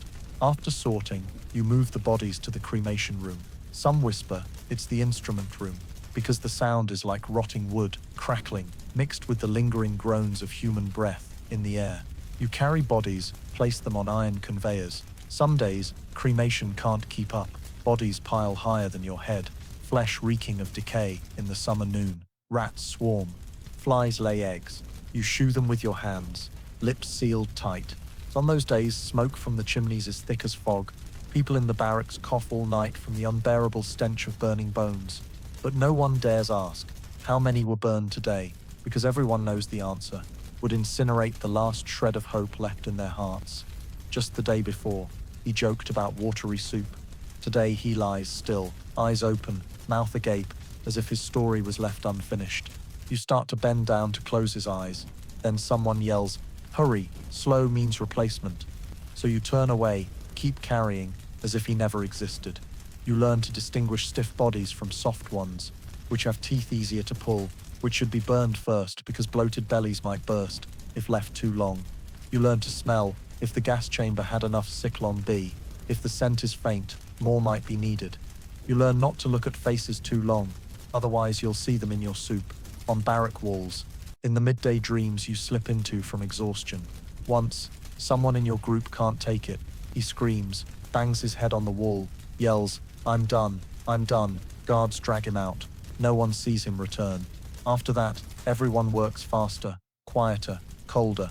You know, Sonderkommando is a one-way path. Those who do this job don't live long. They know too much. They see too clearly. And in a system where death is mass-produced, no one keeps those who understand the assembly line. But you keep working, because you get more food, because you're beaten less often, because you know at least today you weren't sent left, and that's enough. Some nights, you sit alone after a shift, smelling burned hair from the crematorium, thinking of your son, his soft curly hair, how he once sat in your lap and asked, "Dad, why is the sky always so high?" Now you don't dare look at the sky, because ash smoke has covered every cloud. And maybe part of that innocent question from long ago vanished in that smoke. You bury your head in your knees, hands still smelling of death. You can't cry anymore. Your tears, like the dignity you once had, were used up in the first days when you thought you were only here temporarily. But then you understand, temporary is forever, if you're useful enough. And here, sometimes your job is to make the dead useful one last time, through gold in their mouths, hair on their heads, intact skin, or simply heavy ash. And sometimes, you're the one helping them become useful like that. You once thought death was the ultimate fear, the finish line, the final thing to face. But in Auschwitz, you quickly learn death isn't as terrifying as continuing to live, day after day, hour after hour, minute after minute, in a body severed from meaning, memory, and reason for existing. Death here doesn't come suddenly. It stalks, patient, systematic. But that's why it's not what keeps you awake at night. What paralyzes you with fear is waking each morning, opening your eyes, hearing the screeching whistle, the boots pounding wet ground, the hoarse voices asking, "Anyone die today?" And somehow you still answer, "No." But soon you fear the morning light, not because it's cold, but because it's too real. It illuminates everything you don't want to see anymore. The unhealed wound on your wrist, the cracked wooden clogs, the striped shirt still damp from last night's rain, and the faces of friends, now not friends, but walking corpses, chewing bread scraps, like it's the only reward left in life. Each morning, you take roll call by asking yourself, "Is today my last?" But each night, you find you're still breathing, and you wonder, why haven't I died yet? Because death, whether in the gas chamber, the sick bay, or the roll call yard, is an end. Surviving each day means adding another layer of guilt that you saw others die, heard them call for loved ones, ate the last ration of someone who collapsed beside you, didn't help someone who fell for fear of being dragged down too. You start to loathe yourself, not for what you do, but for what you can't do. You see yourself silent when you should scream. You see yourself turn away when you should embrace. You see yourself rationing every spoonful of soup, every minute of sleep, every step, as if you too are part of the cold machine that's killed so many. And then you realize, fear isn't about death anymore. It's about learning to adapt. You no longer flinch at bodies dumped in the barracks corner. You no longer shield your son's eyes when another child is beaten. You no longer ask the names of new arrivals, knowing they'll vanish before you learn their faces. It all becomes routine, and that routine is what terrifies you most, because you're still alive, still walking, talking, eating, sleeping, and each act confirms you're part of this world, its most rotten part. Some nights, you wish for a high fever, typhus, pneumonia, anything that could take your life naturally, but your body keeps going, a worn-out machine, but not broken, and you hate it for that. You hate yourself for still being thirsty, hungry, afraid, because those things keep you here, force you to live on in this disciplined procedural hell. One day, you hear someone escaped. The whole barrack is searched. 10 people are dragged out and shot, not because they were involved, but to teach a lesson. You stand in line, count each gunshot, see blood splatter on white snow, then return to work like nothing happened. That night, you eat an extra half slice of bread, left by the bunkmate who was shot. You bite into it, mouth trembling, not from cold, but because you still have the instinct to swallow. You once dreamed of dying, then woke with tears on your face, feeling cheated of a reward. You no longer believe in miracles. You don't think of family. You don't dare think of freedom, because hope is the heaviest thing you can carry in this camp. It slows you down. It tires you more. And most importantly, it forces you to face the nameless question. If you survive, then what? You see the most optimistic fall fastest. The coldest, most numb go furthest. And you start copying them. You fold your blanket to standard. You answer with your number. You look straight ahead. No smiling, no crying, no feeling. And each time a part of you dies, but your body lives on. That's the cruelest paradox. To survive, you must die inside. And every day you don't die is another day you see it more clearly, until the thing you fear most isn't being called out, beaten, or sent to the gas chamber, but being spared, being allowed to live longer, to keep witnessing, to keep staying silent, to keep existing as a fading ink mark on an endless list of crossed out names. And you understand here, living is the longest form of torture. Death, sometimes, is the release you haven't yet earned. No one thought the simplest dream would be to spike a fever over 102 degrees Fahrenheit and get sent to the infirmary. Not because you want to be hospitalized, let alone expect care, but because there you'd be spared from hauling stones, carrying bricks, digging dirt, pushing corpses, scrubbing floors, or enduring whiplashes in the snow. The infirmary, called the Revere, isn't for healing. It's a temporary warehouse for bodies too tired to work, but not weak enough to be disposed of. There, you could still die from typhus, tuberculosis, exhaustion, diarrhea, or gangrene, but at least you'd lie down, breathe without fear of being woken at 3 a.m., avoid hearing lows, rows, and the stomping boots like war drums. So many start wishing to fall ill. Some drink icy water at night, shivering under wet blankets, hoping the thermometer ticks up a few notches by morning. Some fake coughs, fevers, falls, seizures. Some rub sand into their shoes to swell their feet, like arthritis. Some bruise themselves, all to be sent to the infirmary barracks, where, if you're lucky, the nurse skips your name on the selection list. You once thought it was madness to want to be sick, but then you understand the real madness is rushing to the workyard, knowing your body's about to collapse, yet still pushing on, because if you fall at the wrong time, you'll be beaten, kicked, dragged off like a punching bag. In the infirmary, you see people so thin, their skin over bones, hands curled like twigs, eyes sunken like ash pits, but they don't haul stones, don't carry lime. They lie, breathe, sometimes get a few spoonfuls of thicker soup. It's paradise compared to outside work. Of course, that paradise has a price. Some never leave the infirmary. Some are called in the afternoon for a medical check. Everyone knows it's a one-way trip to the gas chamber, yet people still volunteer to go there. Because sometimes, living one more night, lying down, beats living one more day standing. You once bunked next to a man, a doctor before the war, who knew how to fake a fever, lightly scratching under his tongue before a temperature check. When caught, he was beaten until 2 ribs broke, but he kept doing it. He told you, voice faint, "I just need 1 week lying down, just 1 week, to rest my head on a dry cloth, to not hear anyone cry at night." And you understood. You didn't judge him, because you too once smeared a feverish man's urine on your forehead. No one knew. But that day, you got to lie down. Just 1 day. But a day without labor.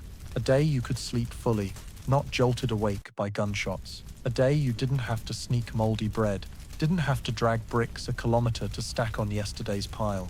That 1 day kept you alive. Another week. Some fear the infirmary, believing sickness is a faster ticket to hell. But for many, hell is already here. The infirmary? It's the only place you can breathe without being threatened for missing a beat. 1 day, someone fakes illness too, obviously. He shakes, collapses in the roll call yard, but has no sweat.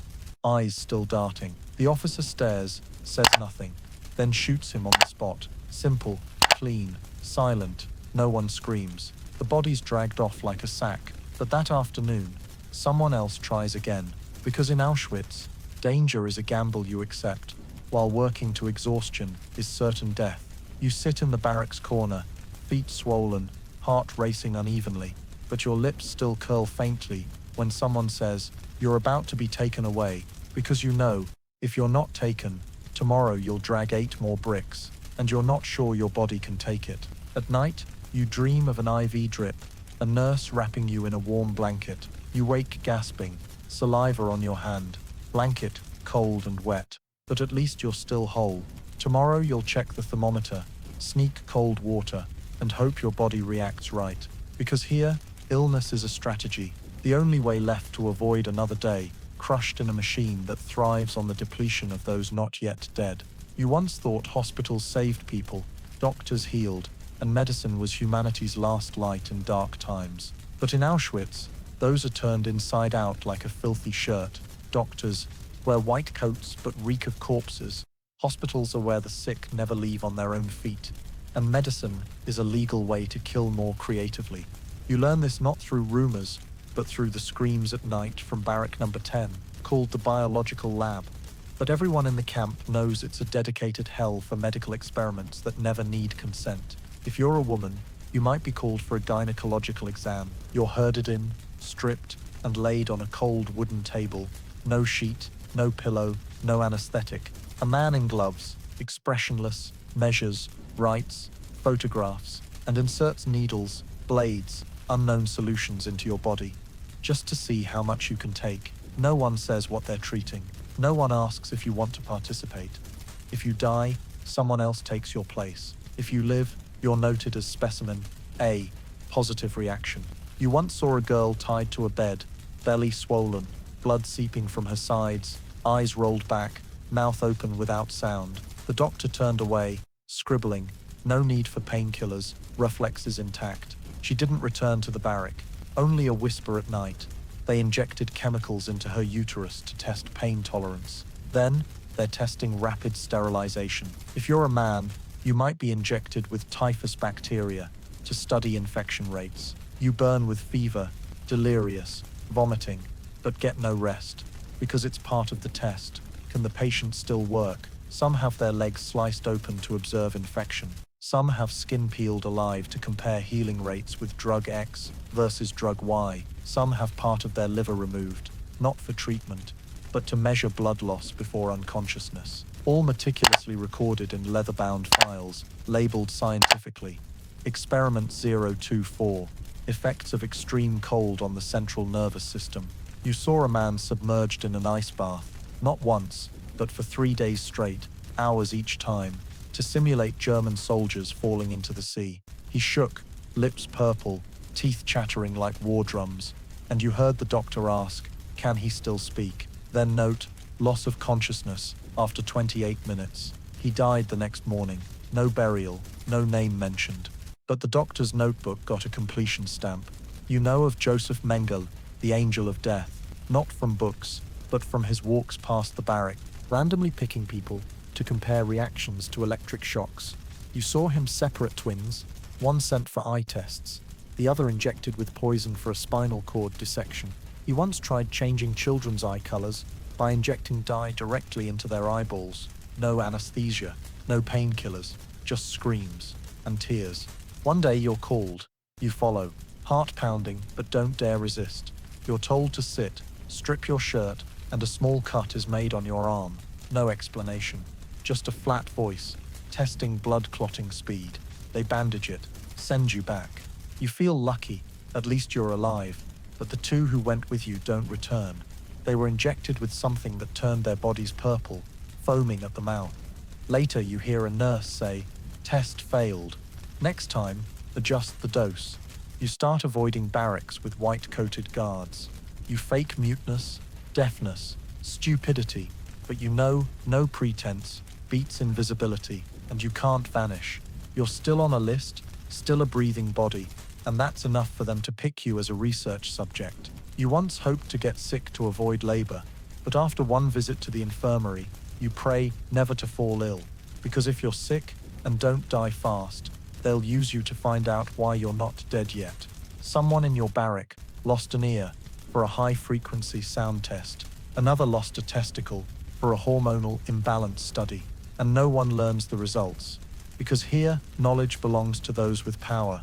You're just a vessel, a talking test tube, a striped shirt lab rat, a specimen with no value beyond being measured. You dream of being taken to Germany as a witness, to tell your story, to be treated. Then you wake, see a fresh corpse on the next bunk, still warm, and you know that dream too is something they can dissect, analyze, and write into a report. Medicine in Auschwitz isn't for healing, it's for proving Jews aren't human, and every pain you feel is just a stepping stone for Nazi scientific progress. And you, without ever consenting, have become an essential part of that program, with full metrics, scars, clinical notes, and a number on your chest, instead of a name. You once thought morality endured regardless of circumstances, that in darkness people would hold hands, that goodness would rise strongest when pushed to the brink. But then you saw the opposite, and it all began with a moldy piece of bread, palm-sized, falling to the barrack floor on a cold, rainy afternoon. It dropped from the pocket of a prisoner who just died, maybe from fever, hunger, or simply because his heart stopped after a beating that morning. No one knew his name. No one remembered his voice. Just the bread, lying there on the wet dirt, smeared with mud, a few hairs, and a faint chance of survival. You saw it first, but you didn't bend down, not out of nobility, but because you knew if you stepped forward, someone else would move faster, stronger, and if necessary, hit you to take it. And as you predicted, few very seconds, two men lunged, one old, frail, trembling, the other younger, eyes wild with hunger. They both dove, grabbing the bread, then wrestling. No words, no persuasion, just clawing hands, gritted teeth, and animalistic groans. You stood still, the others did too, as if the barrack turned into a silent audience for a play no one wanted to perform. Then the younger man punched. The old man fell, the bread dropped, smeared with more mud, then vanished into trembling, victorious hands. The younger man ate it instantly, not chewing, just swallowing, mouth twisted, eyes shut tight, as if not doing so would let the universe snatch it back. The old man didn't cry, he just crawled to the barrack's corner, silent. 3 days later, he died. You don't know if it was hunger, loss of faith, or both. You can't forget that image, not because it was so horrific, but because it was so ordinary. Because every day, people fought over a scrap of food, a sip of water, a torn blanket. Some stole your soup while you slept. Some traded a relative's gold tooth for 3 boiled beans. Some reported you just because you got an extra half slice of bread the day before. And you, who once believed in justice, now aren't sure you wouldn't do the same if it meant surviving another day. Some nights, you dream of killing for bread. No knife, no blood, just watching someone collapse from exhaustion.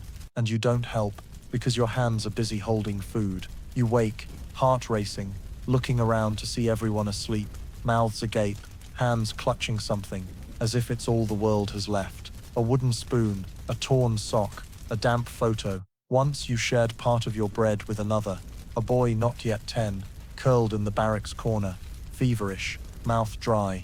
He didn't say thank you, he just ate.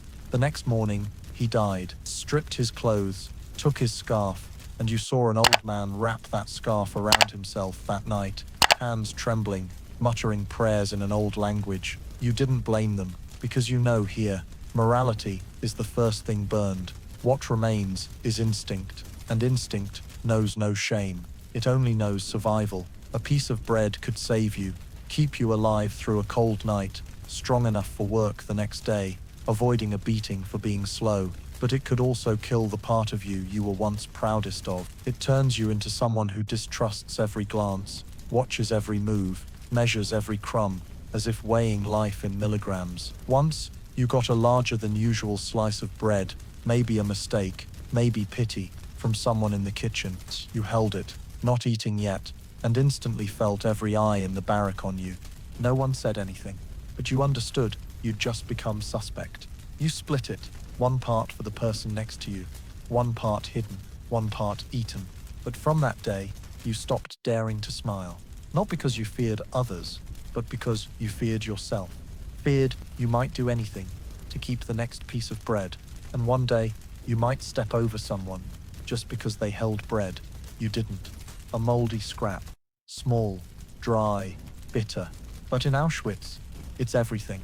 It's life, it's death, it's humanity. It's proof that, when hungry enough, a person can become anything, even a killer. And what terrifies you most isn't that it happens, but that you understood and stayed silent. Winter 1944 came like a hanging sentence, cold without warning, without mercy, leaving no time to adapt.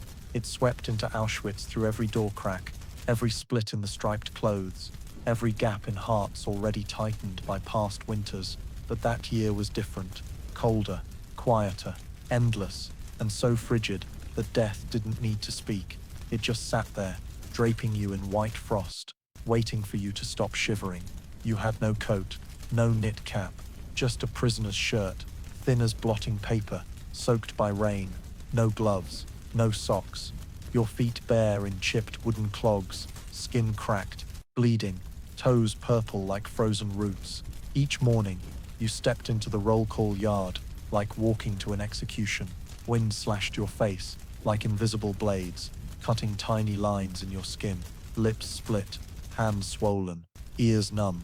Those around you began collapsing, without anyone noticing. They didn't cry out, didn't fall, they just faded, then toppled, like rotten wood sawed at the right joint.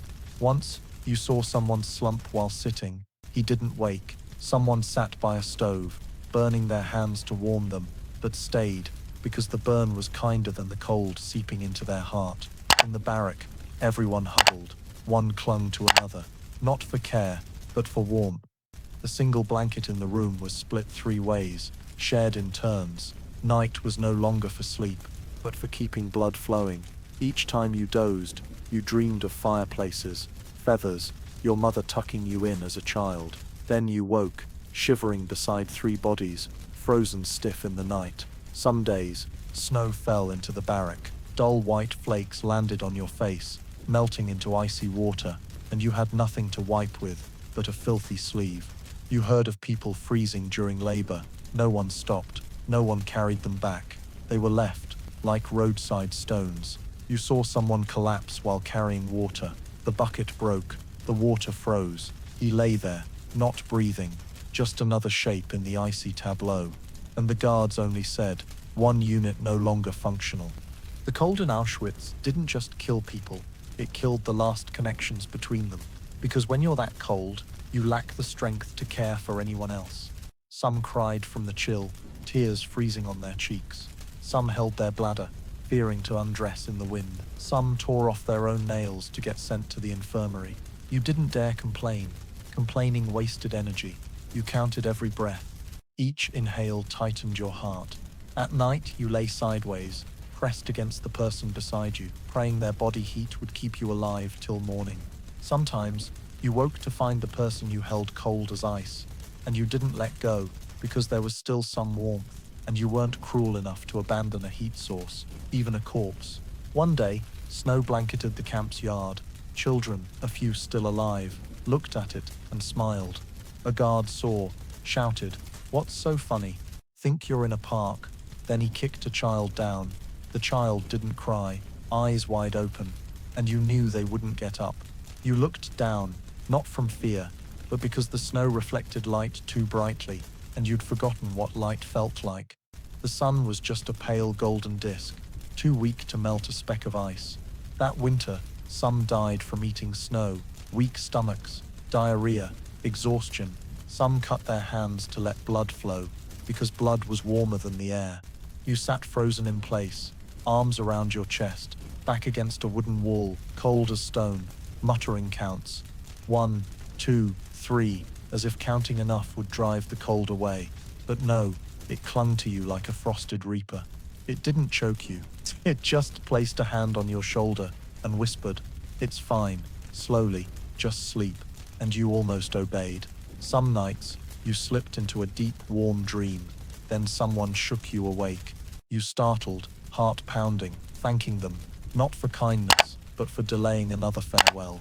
You survived that winter, not because you were strong, but because you were calloused enough to smirk when your frozen hands couldn't hold a spoon. And when spring came, you felt no joy, because you knew, if you survived Auschwitz's winter, the rest of the world would never believe you were still human, because no one could pass through that cold and keep their heart intact. It starts with a rumor, like all terrible things in Auschwitz, that the Allies are closing in, that the Germans will retreat, that the camp might be liberated. But then, on a leaden grey morning, instead of the gates opening to freedom, you see guards with submachine guns, snarling dogs, and orders to assemble, shouted loud. You're shoved into the yard in the lingering January cold, hands bare, feet stamping in worn wooden clogs, and each person is handed a hard crust of bread, as if it's rations for the journey ahead. Evacuation, they say. Camp transfer. It sounds reasonable, like you're being taken somewhere better, warmer, safer. But you know, this is Auschwitz, where every word is twisted to mask death. And when the first person is shot instantly for asking, "Where are we going?" you understand this journey has no return ticket, no answers. They line you up, hundreds, then thousands, a limping, starving, ragged line, huddling in the snow amid growling dogs. No one speaks, no one laughs. Each clutches what they can still hold, a cloth bag, a photo, a bread scrap, a vague thought that at least I'm not left behind. And then you march. No idea where, no idea how far, only that each step is a gamble with your life. Because anyone who slows, falls, speaks, turns their head, or strays from the line is shot on the spot. You saw someone slip on ice. He tried to stand 3 times. The 4th, no one waited. A bullet cut through his head like a reminder. Even dying must be on time. An old woman, too weak, was supported by her son. He was kicked away. She was shot. No one stopped. Her body was slowly buried by snow, and the column marched on as if she were just a roadside stone. Your feet lose feeling. They're too numb, cold, stiff logs, unsure if blood still flows. Each step makes you grit your teeth, but you don't stop. Never. Because stopping means the end. No rest stops. No water. No encouragement. Just the command. Keep going. By day, you march. By night, you stand. In forests, through snowy mud, under howling wolf-like winds. You sleep standing, leaning on the person behind. The person in front leans on you. A chain of half-dead people, propping each other up against the wind. Some die standing. By morning, they collapse, stiff as firewood. Some with diarrhea, can't hold it, and step out of line. Shot. No one wipes their face. No one buries them.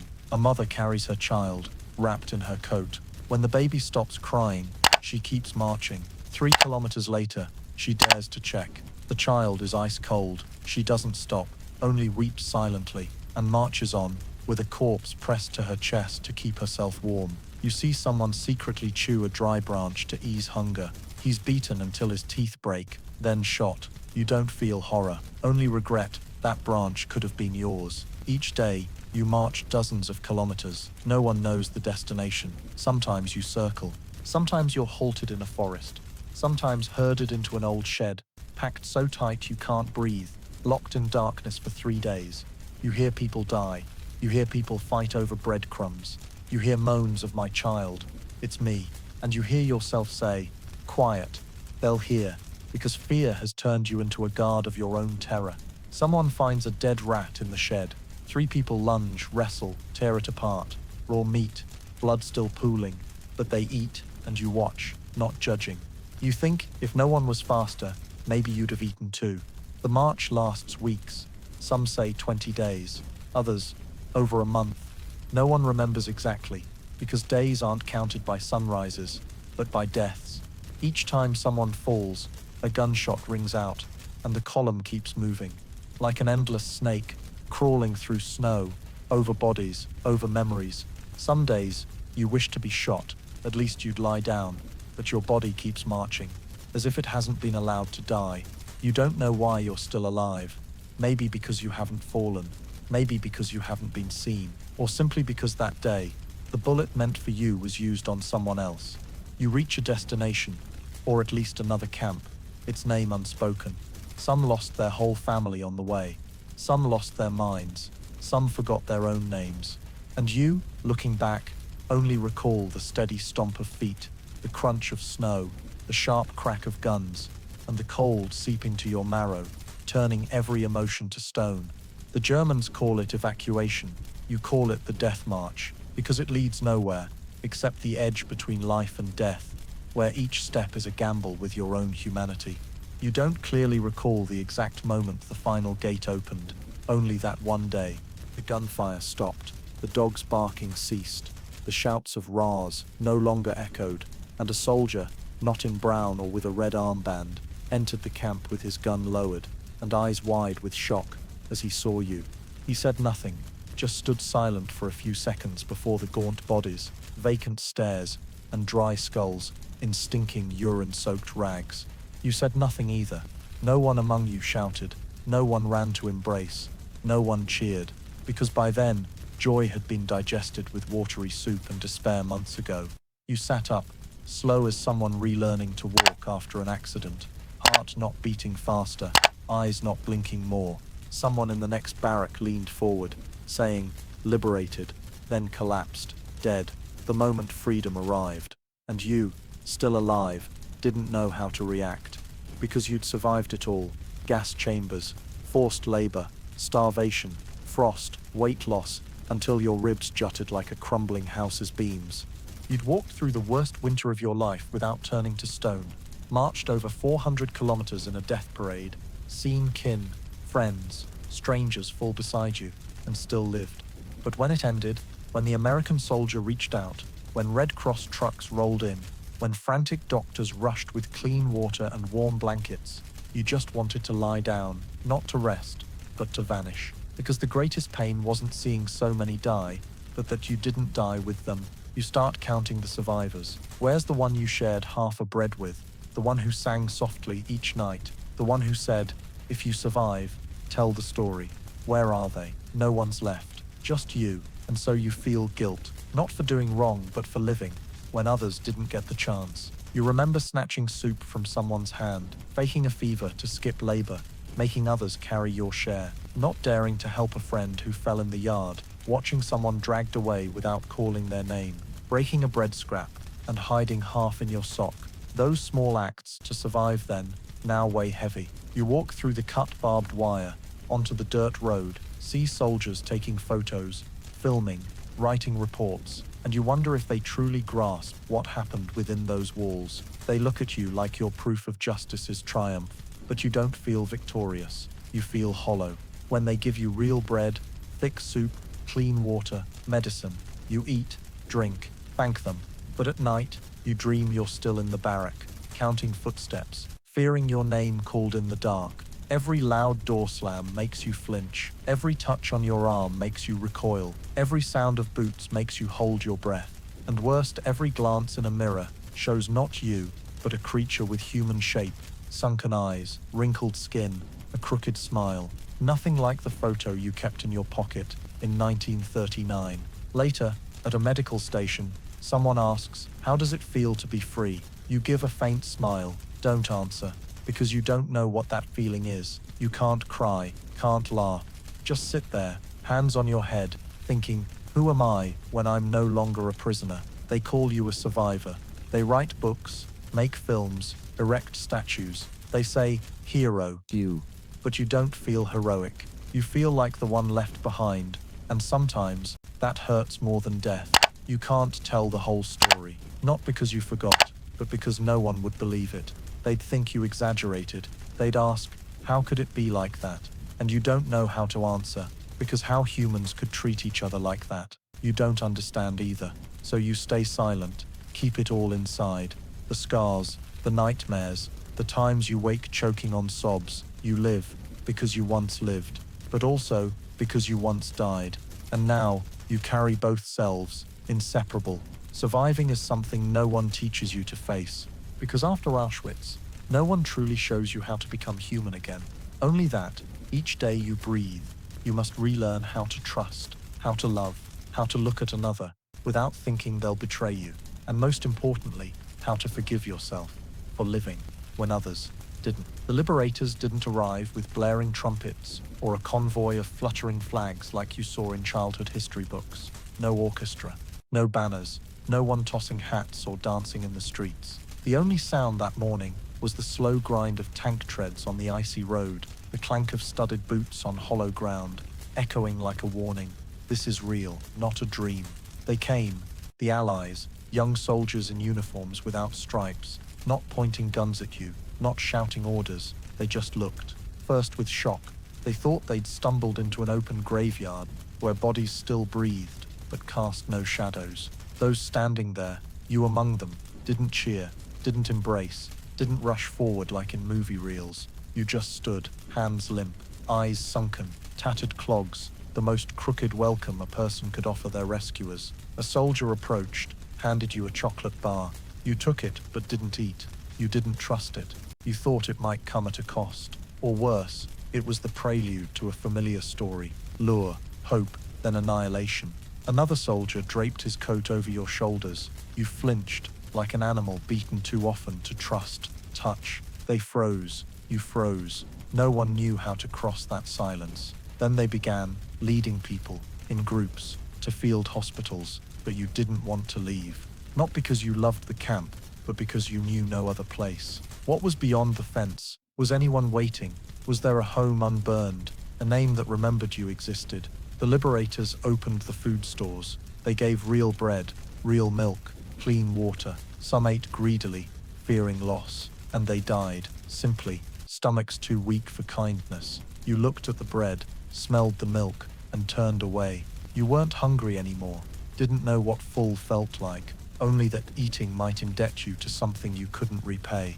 The air in the camp after liberation didn't lighten, it grew thicker, heavier, because now no one gave orders, no one beat you, no one pointed the way, and that sudden freedom felt like a room without walls. You stood in the middle, unsure where to go, what to do with your hands, what expression to wear. Some sobbed into their hands, some stared at their palms for hours, as if turning them up could reveal what was lost. Some quietly gathered wood, building a makeshift grave for friends whose names they never learned, but who died too soon. You walked the camp, touching the iron fence, the stone paths, the barracks' wooden door, as if memorizing every millimeter, not because you loved it, but because you feared someone would later say it never existed, that you made it up, exaggerated, imagined. And you wanted to remember every detail, every chilling cold in your feet, every creak of a door, every clack of SS boots on concrete, every glance of an officer deciding left or right. I circled the camp like a farewell ritual, but turning back, you saw a soldier beside you, waving. "We'll take you," he said, voice uncertain. You nodded, not from trust, but because there was no choice. You passed through the gate with our Bayat Mart Fry, now rusted, tilted. No one believed those 6 words. No one ever did. But they stood there, a reminder, a belated slap to humanity's memory. Beyond the gate, you saw locals, watching. They didn't speak, didn't approach, just looked. And you looked back, not angry, not blaming, not apologizing. Just 2 sides of a wall, built by silence. No flag-kissing scene. No one smiled. No one shouted freedom forever. Freedom came too late, too cold, too quiet. It didn't resound. It only broke inside each person. And you, the survivor, didn't rejoice. You just walked, each step heavy, out of the place that swallowed everything you had. Name, age, family, past. You left, carrying a breathing corpse, and a memory no flag could cover, no triumphant music. But in your head, the sound of footsteps remained, of thousands who didn't make it out. And you knew the rest of your life would be to tell of those footsteps. No flags needed, no music, just someone to listen. You return home like someone waking from a long delirium, unsteady, hands trembling, mind reeling between memory and reality, because the whole way you clung to a faint hope that after everything, at least, your old house would still be there, with its mossy eaves, chipped brick steps, the doorbell you installed yourself, and the creak of the iron gate in the wind. But when you arrive, it's there, intact, unchanged, except for one thing, it's no longer yours. Someone else lives there. They're hanging laundry on the wire your mother used for scarves, watering flower beds, your father planted with ink-stained hands. A child runs in the yard, a stranger, calling the woman inside Mom, and the man reading a newspaper on the porch Dad. You stand at the gate for a long time, watching everything move in a parallel world, unwelcoming. Finally, you knock. No bell, so you tap the wood lightly. The door opens. The woman looks at you, first curious, then cold. You smile, say your name. She shakes her head. Who are you? You hear each word clearly. You repeat your name, stressing this was your home. She frowns. This house was reassigned by the authorities in 1941. We have papers. You stand still, trying to recall that the porch chair had a broken leg. The wall had a crack in the right corner. The 3rd step creaked with every tread. But it's all been painted, fixed, renewed, and the people here have erased every trace of you. The man inside steps out, tall, salt and pepper hair, in a sweater and scarf. He looks at you like you're a peddler or beggar. "We're not buying anything," he says. You stammer. "I lived here before the war." "You must be mistaken," he replies, closing the door gently, a kindness that hurts more than a slap. "You don't hate them. Honestly, you don't, because they didn't beat you, didn't yell. They just did what this society has done for years, pretended you never existed." You turn, walk away, each step forcing yourself not to look back. You pass the street, etched with your childhood footprints, now filled with strange faces. The grocery that sold your mother's favorite raisin bread is now a pharmacy. Mr. Mendel's barbershop is an Italian-named cafe. No one greets you. No one recognizes you. You enter a bakery across the street. The clerk looks at you. No smile. You ask, "Is Mrs. Clara still alive?" The young girl counters. "Who?" You force a smile. "The old owner. She made the best plum cakes in town. This place opened in 1943. I don't know the previous owner." You nod. Buy a loaf. Not from hunger, but to grasp something close to memory. But the bread is dry, tasteless. You can't swallow it. You leave, heading to the cemetery where your parents once lay, hoping their names still exist. But the tombstones are gone. The plot is leveled. The caretaker shakes his head. "We had to move some graves. No one paid the plot fees for years." You want to ask where their ashes are, but stay silent, because you know, in this place, even memories are taxed. You return to the Red Cross relief camp. A single bed, a grey blanket, a cold glass of water. You sit, open a small suitcase of issued items, and try to imagine where do you start when no one remembers your name, when your past is painted over, erased from your old address, replaced by cleaner, easier stories. You lie down, white ceiling, steady heartbeat, and you whisper your name, the 100th time that day, just to remind yourself, "I'm still real."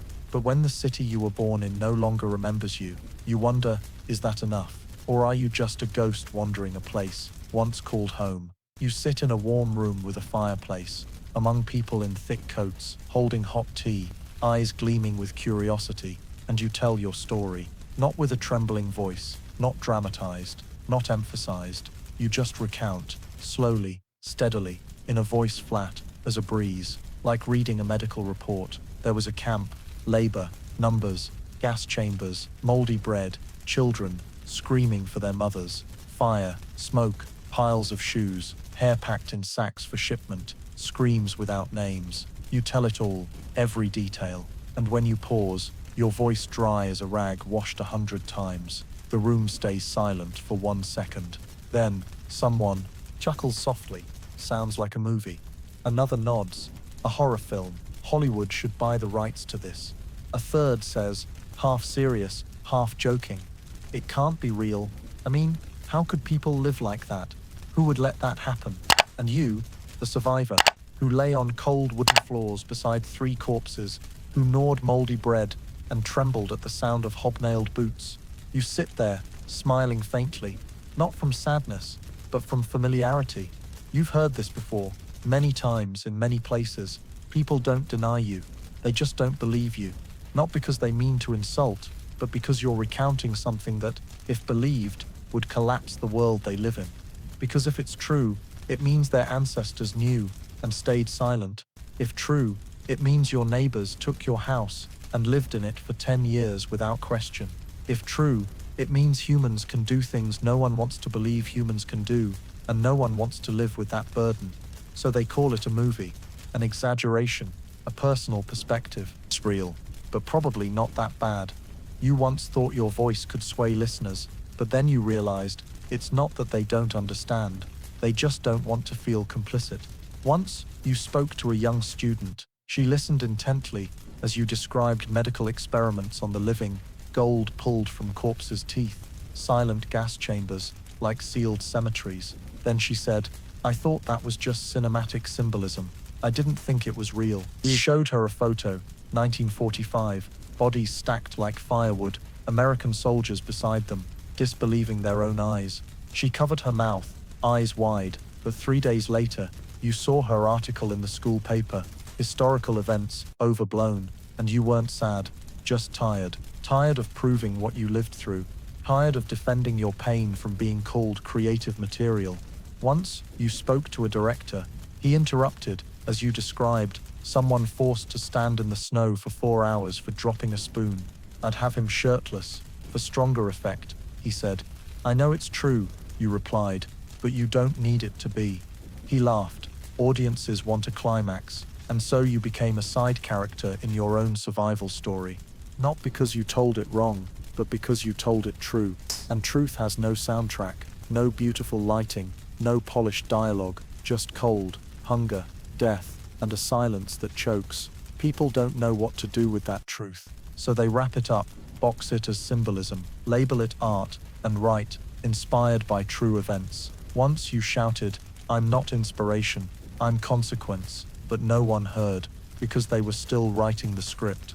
And you sit back, slowly sipping cold tea, watching young people debate the set design of Auschwitz in films, discuss Oscar potential, and you think, if you'd been there, you'd know no effect, hurts like the sound of someone dying without a cry. But you don't speak anymore, not from despair, but because you understand. You don't tell to convince anyone to believe, you tell to not betray the dead.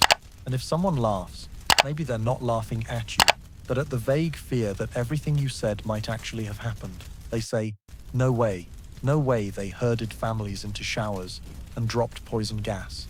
No way doctors injected drugs into children's hearts to time how long they beat. No way neighbors took your house and lived like nothing happened. No way the world watched 6 million vanish and wrote a footnote in history books. But you, who lived through every no way, stand there back slightly hunched, eyes cloudy, hands still calloused from hauling campstones, and you don't need to argue.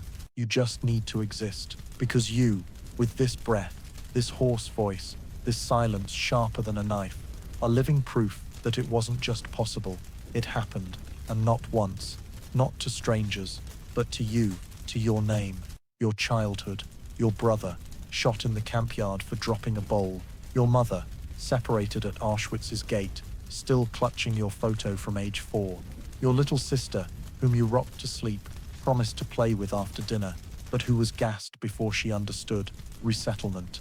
When someone tilts their head, frowns and says, "I get it, but could it be exaggerated?" You want to drag them back in time, through the gate, with albeit macht frei, to the 5 a.m. roll call in winter 1944, to hear bones crack from cold, to know soup so thin, you tilt the bowl to see the bottom, to feel fear, so deep you avoid sleep, to avoid not waking, but you don't, you just look, let them squirm, let them feel ashamed for asking a question, answered in your eyes, in every wrinkle carved by years, no one should live through. They say, "Why didn't you fight back? Why not escape?" You want to say, "Have you ever been beaten until your ribs broke for half a step too slow, lived on 300 calories a day, chosen between eating moldy bread or letting your child starve, but you stay silent, because those who've never lived through hell will always think fire only burns on TV." You once stood in court, a witness. The defense lawyer asked, "When arrested, were you beaten?" You said, "No, I was shoved onto a truck." He nodded, turned to the jury, "Ladies and gentlemen," as he said, "no one was beaten." And you understood, they don't need to deny the camp, just each small wound, to blur the bigger picture. They'll say, "There were camps, but not that bad." Then in 10 years, camps, but for labor, not killing. In 20, just a few camps. In 50, no clear evidence. And one day, someone will stand before a class and say, "Some believe it happened." And you, or someone like you, will become a parenthetical figure, not real, just a quote. But no, you won't let that happen. Each time you speak, stand, lift a faded photo, point to vanished faces, and say, "This was my sister, my father, me at 11, before my hair was shaved." You resist oblivion. You know, a murderer isn't as terrifying as someone who denies the death ever existed. Killing a person takes a gun. Killing memory just takes silence long enough. You were invited to a school. Students asked, "How did it feel to survive?" You said, "I didn't survive. I just didn't die." Because for 70 years, you haven't lived like others. You've lived as a fragment of a burned world. You pass through crowds, see a bald head, and your heart clenches, recalling an SS officer. You smell burning from a kitchen and need seconds to not vomit, thinking it's crematorium ash.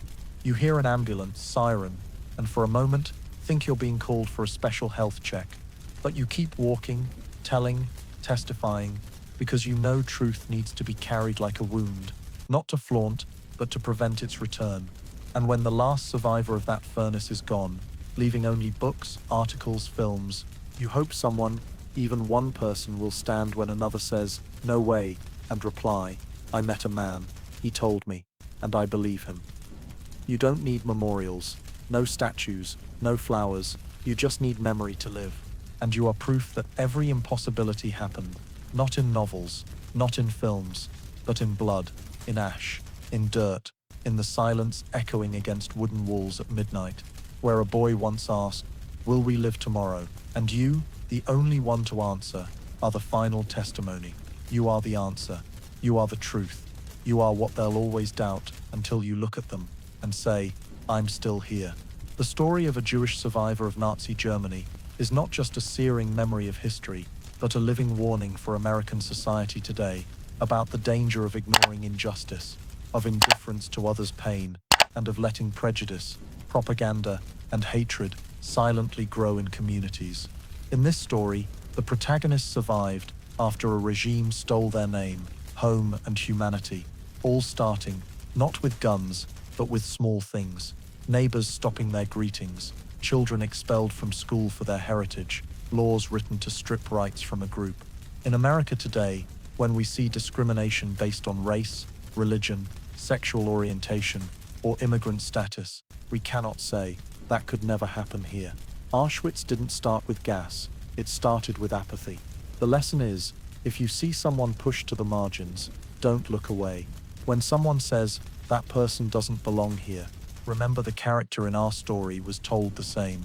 Stand up, speak out, teach your children to question and recognize when morality is erased by law. Freedom, once lost, doesn't return with applause, but with the heavy footsteps of survivors carrying truths no one wants to hear. So don't wait until someone has to tell your story, when you may have been silent too long. If you believe painful memories must be preserved to prevent their recurrence, subscribe to the channel to join me in telling truths the world once tried to forget. Thank you for listening. See you in the next video, where we continue facing history, not to fear, but to understand and never repeat.